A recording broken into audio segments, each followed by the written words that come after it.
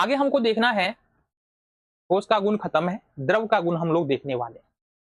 तो द्रव के गुण में पहला जो गुण हमारे सामने आता है वो है आकृति और आयतन। फिर से मैंने पहले भी बताया कि आकृति और आयतन किसको बोलते हैं।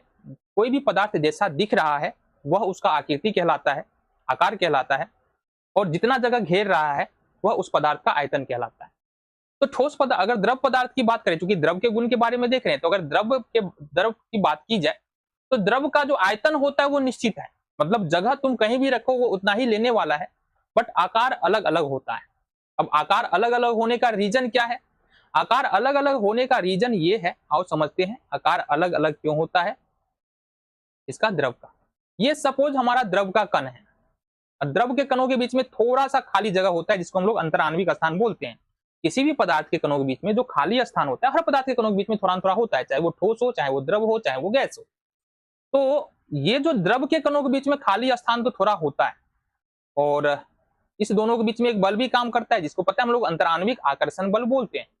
तो द्रव के कणों के बीच में अंतराण्विक आकर्षण बल ठोस की तुलना में तो कम होता है, लेकिन इतना भी कम नहीं होता है कि ये कण जो है वो बिल्कुल ही गैस की तरह एक दूसरे से बिल्कुल अलग हो जाए, अलग नहीं होता।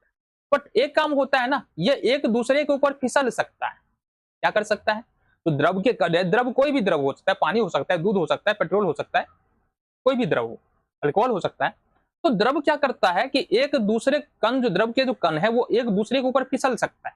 तो जैसे ही मान लो अगर उसको कंटेनर से, बर्तन से बाहर रखेंगे तो कण जो है एक दूसरे के ऊपर फिसलते हुए, आगे बढ़ना शुरू कर जाएगा। देखो यहाँ सपोज ये कण यहाँ पर है, ये कण यहाँ पर, ये इसके ऊपर आएगा, फिर ये इसके ऊपर आएगा, फिर ये इसके ऊपर आएगा। इस तरह से ये जो है ना, इसमें बहाव का गुण आ जाता है। और सेम यही रीजन है कि द्रव को किसी भी बर्तन में रखो वो उसी के आकार का हो जाता है, क्योंकि इसके कण क्या होते हैं, फिसलते हैं। ठीक है, बट आयतन इसका निश्चित होता है। चलो जी,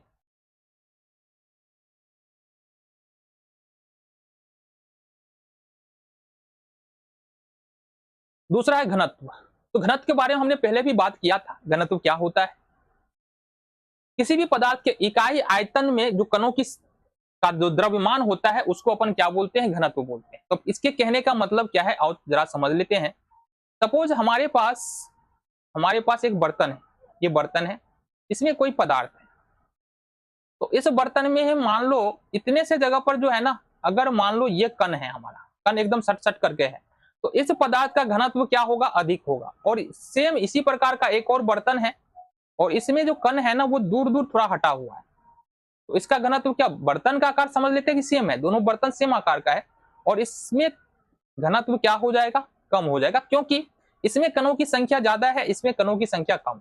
तो किसी भी पदार्थ के इकाई आयतन में एक छोटे से छोटे जगह पर यदि कणों की संख्या ज्यादा होता है तो वो घनत्व उसका ज्यादा होता है, और कणों की संख्या कम होता है तो उसका घनत्व कम होता है। अगर ठोस में बात करें तो ठोसों का घनत्व अधिक होता है, क्योंकि इसके कण जो है एक दूसरे से काफी नजदीक नजदीक होते हैं। जैसा कि अगर तुम देखना चाहो, ठोस के कण इस प्रकार से अरेंज्ड होते हैं, एक दूसरे के बीच में लगभग नगण्य जगह होता है, और जो द्रव के कण है वो इस प्रकार से अरेंज्ड होते हैं, थोड़ा जगह होता है एक दूसरे के बीच में। तो इस वजह से होता क्या है कि ठोसों का घनत्व एक छोटे से जगह में, जैसा जाहिर सी बात है, यहाँ पर एक छोटे से जगह में अगर ठोस और द्रव की कणों की तुलना करें तो ठोस का कण ज्यादा होगा और द्रव का कण कम होगा। तो एक छोटे से जगह में अगर कण की संख्या ज्यादा है मतलब घनत्व ज्यादा होगा। इस वजह से ठोस का घनत्व बहुत ज्यादा होता है, जबकि उससे कम द्रव का घनत्व होता है, लेकिन द्रव का घनत्व भी अधिक होता है। ये बातें समझ में आ गई? चलो, इतनी बातें समझ में आने के बाद आगे हमको देखना है संप्रियता। तो संप्रियता के बारे में हमने पहले भी बात किया था, जब द्रव के बारे में, ठोस के बारे में पढ़ रहे थे, वहां भी हमने बात किया था कि किसी पदार्थ को दबा सकते हैं कि नहीं दबा सकते, कंप्रेसित कर सकते हैं कि नहीं कर सकते, यही संप्रियता कहलाता है। ठीक है, तो ठोसों को तो दबाना संभव नहीं है। जैसे ये माउस है ना, इस माउस को क्या तुम दबा सकते हो, कंप्रेसित कर सकते हो, या फिर ये जो पेन है बिल्कुल कठोर है, दृढ़ है, ठोस है, कठोर है, दृढ़ है, असंप्रिय है, मतलब इसको कंप्रेसित नहीं किया जा सकता, दबाया नहीं जा सकता। बट क्या द्रव के साथ ऐसा है? द्रव को थोड़ा कंप्रेसित किया जा सकता है, लगभग एकदम थोड़ा सा। क्यों? क्योंकि रीजन बड़ा सिंपल है ना। यहाँ पर देखो, वही सिरिंज वाला प्रयोग है, तो रीजन बड़ा सिंपल है ना। यहाँ पर देखना जरा, ठोस को, द्रव को कंप्रेसित किया जा सकता है थोड़ा, रीजन क्या है?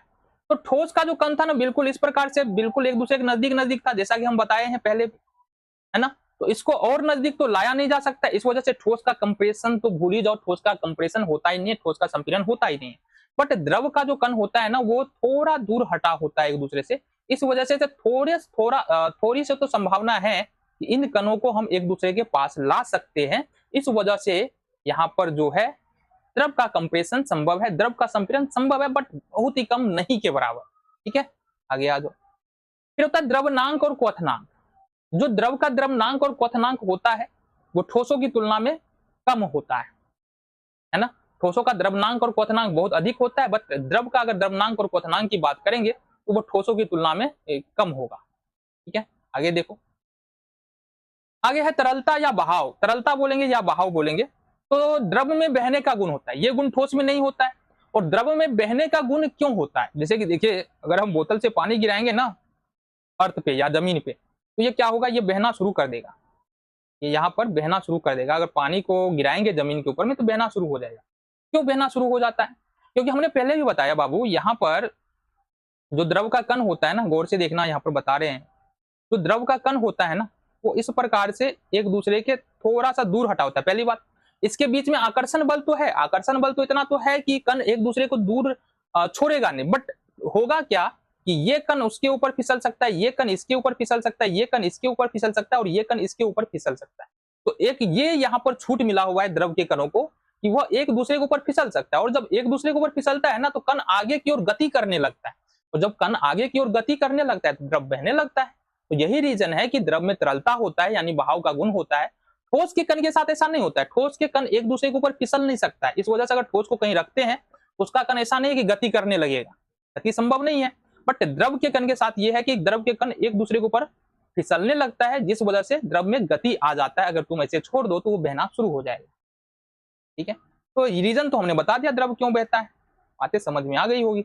आगे आ जाओ। विसरण क्या होता है, और साथ ही साथ जानेंगे कि द्रव में विसरण होता है कि नहीं होता है, ठोस में विसरण होता है कि नहीं होता है, और गैस में विसरण होता है कि नहीं होता है। इन्हीं दो पदार्थों का आपस में मिल जाना विसरण कहलाता है। जैसे हम क्या कर रहे हैं, पानी का गिलास ले रहे हैं और पानी के गिलास में थोड़ा सा स्याही मिला रहे हैं, यानी कि इंक मिला रहे हैं। तो अब होगा ये कि जो इंक के जो पार्टिकल्स है, जो कण है, वो पानी के कण में बिल्कुल मिल जाएंगे। तो यही घटना विसरण कहलाता है। विसरण जो है वो ठोसों में नहीं देखने के लिए मिलता है। अभी हम उदाहरण बता रहे हैं, इस माउस को और इस पेन को यदि हम मिलाना चाहे, ऐसे रख दे बांध करके 2 साल 3 साल 5 साल तक भी, तो अभी ये क्या एक दूसरे में समा जाएगा? क्या नहीं समाएगा। मतलब ठोसों में विसरण देखने के लिए नहीं मिलता है। हाँ, इक्का दुक्का मिलता है ना, वो भी बहुत लंबे समय के बाद विसरण देखने को मिलता है। ठीक है, बट द्रव में और गैस में विसरण देखने को मिलता है। जैसे हवा में बहुत सारे गैस है जो एक दूसरे में मिश्रित होकर के रहती है, एक दूसरे में मिल करके रहती है, तो हवा में भी विसरण देखने के लिए मिलता है। ये इंक जो मिला है पानी में, ये भी एक विसरण का उदाहरण है। तो द्रव में भी तो विसरण होता ही है। हाँ, ये बात अलग है कि विसरण कब तेज होगा और विसरण कब स्लो होगा। इससे पहले ही हमने बात किया था कि अगर किसी पदार्थ को गर्म कर रहे हैं तो उसके कणों की गतिज ऊर्जा बढ़ेगी, और गतिज ऊर्जा जब बढ़ेगी तो विसरण की गति भी बढ़ जाएगी। यही रीजन है कि एक गिलास में यदि तुम ठंडा जल लेते हो और दूसरे गिलास में तुम गर्म जल लेते हो, तो जिसमें गर्म जल वाला, दोनों में इंक डालेंगे तो जो गर्म जल वाला गिलास है ना उसमें इंक जल्दी घुलेगा। रीजन क्या है कि कणों की गति वहां पर ज्यादा होगी, जिसके कारण विसरण तेज गति से होगा। जबकि ठंडे जल वाले गिलास में विसरण कम होगा, क्योंकि कणों की जो गतिज ऊर्जा है, गति है, वो कम होगी, जिसके कारण विसरण स्लो होगा। विसरण एक और बात पर निर्भर करता है कि जिस भी पदार्थ को मिश्रित कर रहे हैं, मिला रहे हैं, उस पदार्थ का घनत्व क्या है। जैसे कि एक गिलास में हम इंक ले लेते हैं और एक गिलास में हम शहद ले लेते हैं, तो हमको पता है कि शहद का घनत्व बहुत ज्यादा होता है और इंक का घनत्व कम होता है। तो इस वजह से होगा ये कि यहाँ पर शहद जो है वो धीरे धीरे मिलेगा और इंक बहुत जल्दी मिल जाएगा। तो घनत्व पर भी निर्भर करता है कि विसरण कितना तेजी से होगा। ये बातें समझ में आ गए। चलो, ये भी बता ही दिया हमने। गर्म जल में विसरण तेजी से होता है और ठंडे जल में विसरण स्लो होता है। यहाँ पर तुम स्पष्ट देख सकते हो कि ये जो है वो ठंडा जल है और ये जो है ये गर्म जल है। ठीक है, तो ठंडा जल में देख रहे हैं कि विसरण की गति स्लो है, दोनों में एक समय पर इंक डालेंगे। ठंडे जल में थोड़ा लेट से इंक मिलेगा और गर्म जल में बहुत जल्दी ही इंक क्या होगा, पूरे पानी में फैल जाएगा। तो यहाँ पर हम क्या बोल सकते हैं कि ठंडे जल में क्या होता है, विसरण स्लो होता है और गर्म जल में विसरण तेजी से होता है। फिर है यहाँ पर जमना, द्रव का जमना। अब द्रव का जमना क्या होता है? किसी भी द्रव का ठोस के रूप में बदल जाना द्रव का जमना कहलाता है।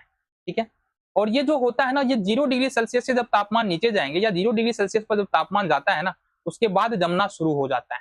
पानी के लिए बात कर रहे हैं, पानी जब 0 डिग्री सेल्सियस पर जाएगा तापमान, तो पानी धीरे धीरे जमना शुरू हो जाता है। तो जमना क्या होता है, द्रव में जमने का गुण भी होता है। ठोस तो पहले से जमा हुआ है, तो उसमें और क्या जमे, जमने का मतलब क्या है, जमने का मतलब है कि उसका ठोस रूप में, जल को यदि हम ठंडा करते जाएंगे 0 डिग्री सेल्सियस पे जाएंगे, उससे नीचे जाएंगे, वो जम जाएगा। तो जमने का मतलब है कि वो ठोस के रूप में बदल गया।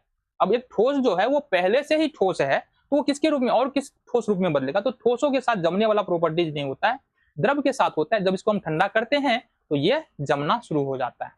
अब इसका भी रीजन है, ठोस को जब हम ठंडा करते हैं तो क्या होता है, आ जाओ बात कर लेते हैं, ये भी बहुत जरूरी बात है, तो इसके बारे में अपन बात कर लेते हैं। आ जाओ जी, यहां से बात करेंगे। तो ये तुम्हारा द्रव का कण है, कुछ इस प्रकार से एक दूसरे से इतना हटा होगा।